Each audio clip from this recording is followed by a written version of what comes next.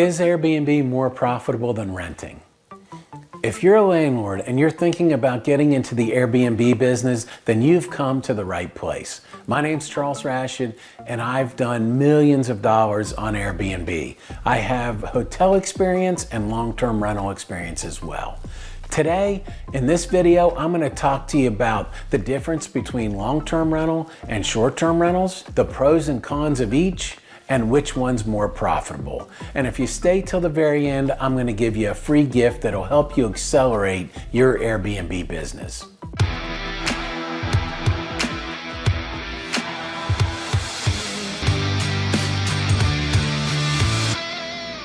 The difference between renting long-term and Airbnb. So if you're a landlord, you know that you're going to have a mortgage, you're going to have insurance, you're going to have maintenance expenses. You're going to deal with a tenant once a month. Once you rent your place, typically long-term tenants rent for a year or longer. And so you only deal with one person over at least a year time frame. And again, you're going to have your mortgage, your insurance, and maintenance expenses. If your roof leaks, or if the air conditioning goes out, or if the toilet's clogged, then that's going to be an expense that you're going to have to carry. Most long-term tenants are going to furnish their own home, they're going to pay all the utilities, and they're going to take care of the yard.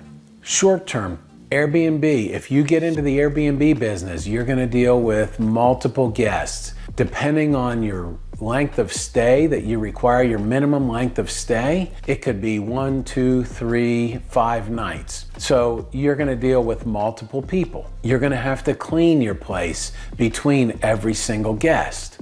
You're going to have the same expenses as long-term tenants. You're also going to add expenses like utilities, Wi-Fi.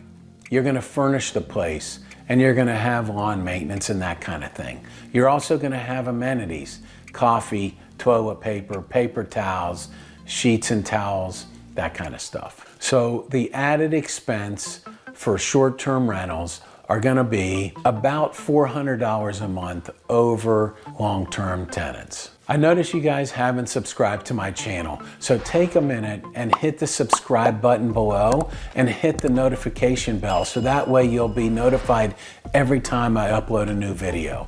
Thanks for hitting the subscribe button. All right, so is it more profitable to be on Airbnb or long-term renting? So let's go through a typical scenario. Let's say you have a single family home, 3-bedroom, 2-bath that you pay $100,000 for.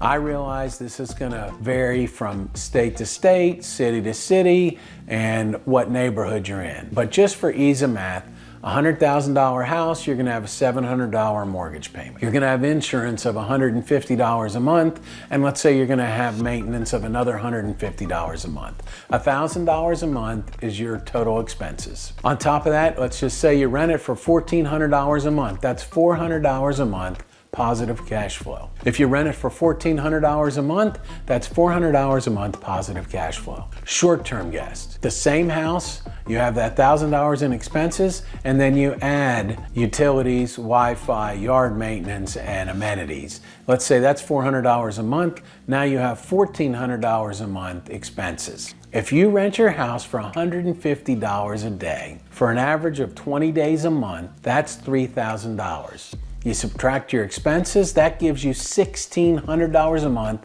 positive cash flow. That's 400% more than long-term tenants. Now, yes, you're going to have to deal with a lot more guests.